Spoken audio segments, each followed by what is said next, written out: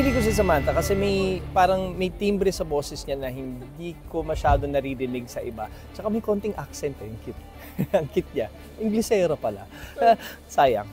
You speak Tagalog or you speak English? A little bit Tagalog. Oh, so you speak English? Good thing I did not turn. Nag-order na ako ng kama at saka unan. Total mukhang matutulog na naman ako. Coach, I see po.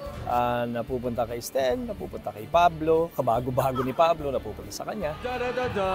Inaasar ka pa ko, Emilia! Inaasar ka pa! Da-da-da-da-da. Okay lang yun.